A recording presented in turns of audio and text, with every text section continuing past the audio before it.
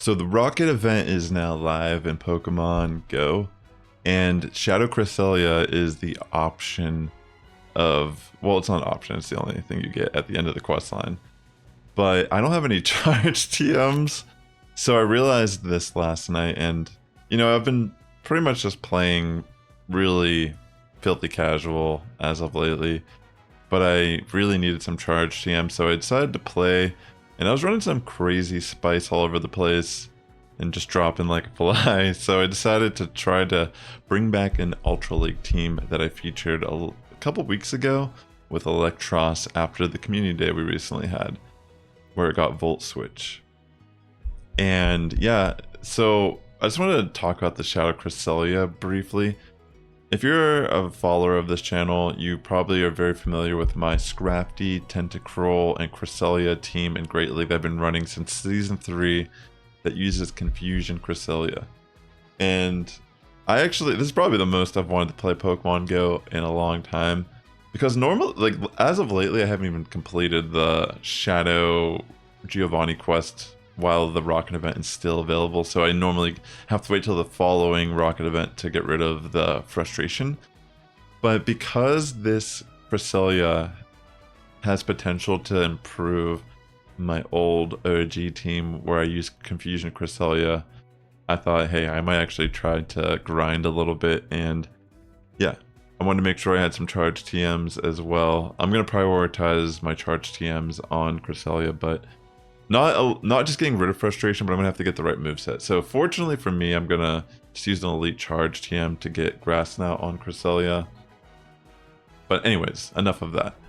Once I get to the point of getting the Cresselia and Great Leagues back in rotation, more than likely I'm gonna update and let you know how I feel about maybe running Shadow Cresselia on that line. Because, well, I've always been questioned in the past why I run Confusion on Cresselia. It's definitely not better than Psycho Cut in the mirror or anything, but the way my team is, it just always has been clutch, and I feel like it's almost important to have Confusion, or I'd be pretty weak to poison type Pokemon, for example. Like, but to be fair, with like, there's certain poison types, excuse me. To be fair though, now Scrafty gets access to Thunder Punch too, which I haven't even tried, so that might even be another addition to making the team a little bit better. So who knows?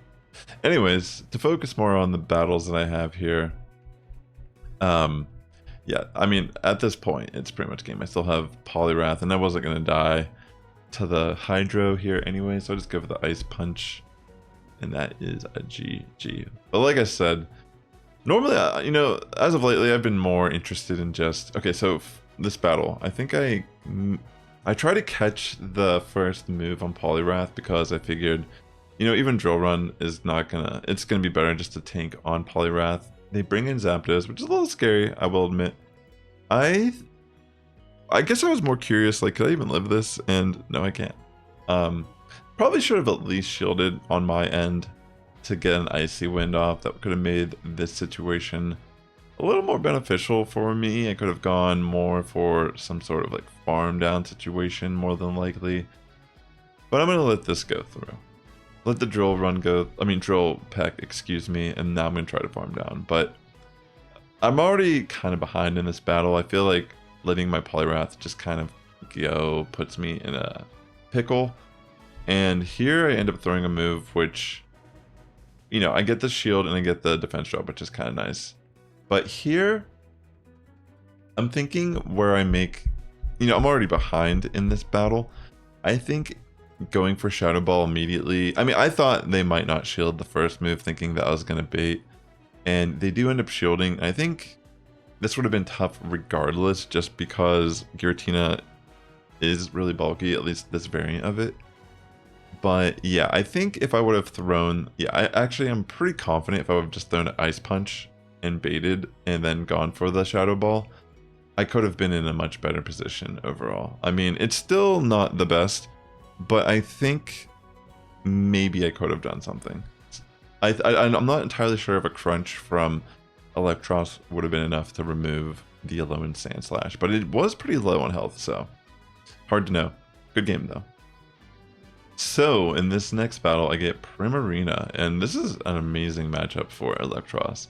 Still kind of scary with the charm, but they bring an Obstagoon, and to be fair, I could have just preserved this energy entirely, but the fact they do shield is insane, and also kind of like makes up for that terrible... I mean, it wasn't a terrible decision on my end to do that.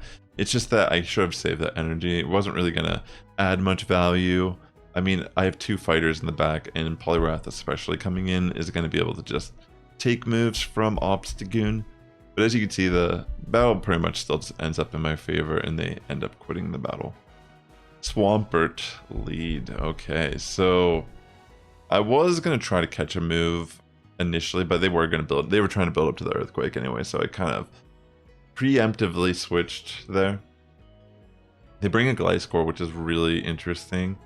I go for Icy Wind, they just let it go through, and I'm like, alright, I guess that's quite okay. You know, I was thinking about this as I was looking at this part of the battle. I maybe could have just barely got a farm down. But also maybe not necessary either. Kind of scary here. So, yeah. I just let Poliwrath go. It seems like the best option to preserve that shield. Gonna throw the Crunch, and more than likely, Swampert's not gonna shield. I mean, oh, it does shield, excuse me. Oh, okay. So I assume it's just gonna throw Earthquake, and even if it doesn't, I mean, that's my decision at this point, is to go for the shield. And I end up going for Acid Spray, which may actually be quite detrimental to me because, I mean, even though I got those couple counters off with the Acid Spray, I think just hitting the Crunch could have been more beneficial overall because they do end up wanting to preserve their Swampert here. And as you can see in the back, it's Poliwrath. So, kind of a tough decision. I think it would have just been better overall if I would have just went for Crunch. I don't know if it would have left me with enough health between both my Pokemon to finish up the battle, but there maybe could have been some play. So starting off this set with a 3-2, but not the worst situations for me even when I got the losses. And I'm just trying to run something that I was familiar with. I wouldn't necessarily say Eelektross is the best electric type to use currently in the Ultra League. I think Zapdos is kind of nice. I know Ampharos will always have a place. Maybe even Ampharos, to some degree, might be a little bit better to have than running Acid Spray shenanigans with Eelektross. And also keep in mind, Eelektross does get some options on what it can run. And just on a side note, if you're watching this video and you're enjoying it, please hit that like button. It helps me out here on YouTube, and I appreciate you tuning into the video. So yeah, the Charm here is a little scary, but I figured they're probably gonna throw Meteor Mash. I'm just gonna have to let it go through. And even though it's resisted, it still is gonna hurt. And I figured at this point I pretty much have to farm down with counter. And unfortunately, regardless of what I do here, I mean, honestly, there was like a slight window they were probably counting. That's why they make this call. If I would have built up to the Shadow Ball and thrown it and connected it, I actually could have barely just won this battle.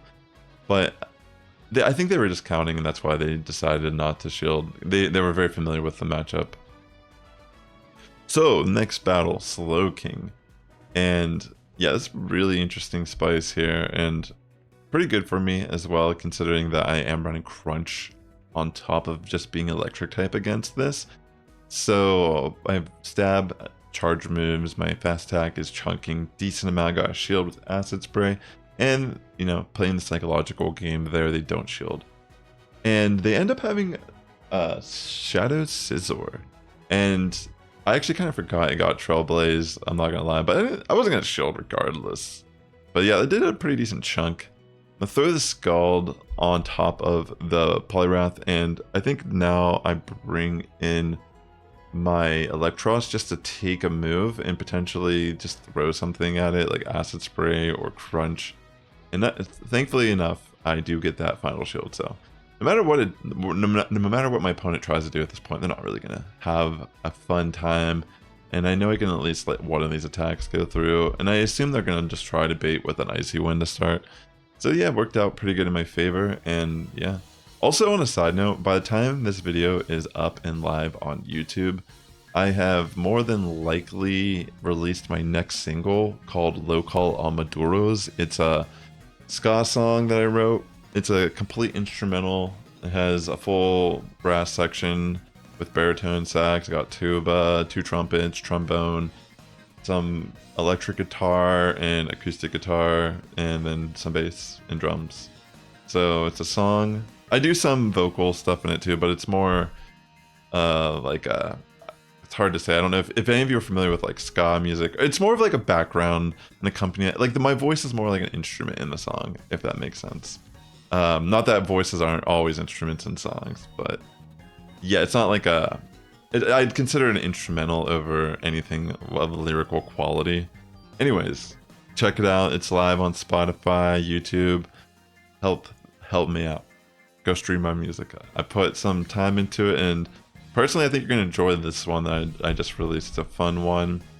It's definitely high energy, and yeah, it's one of the more.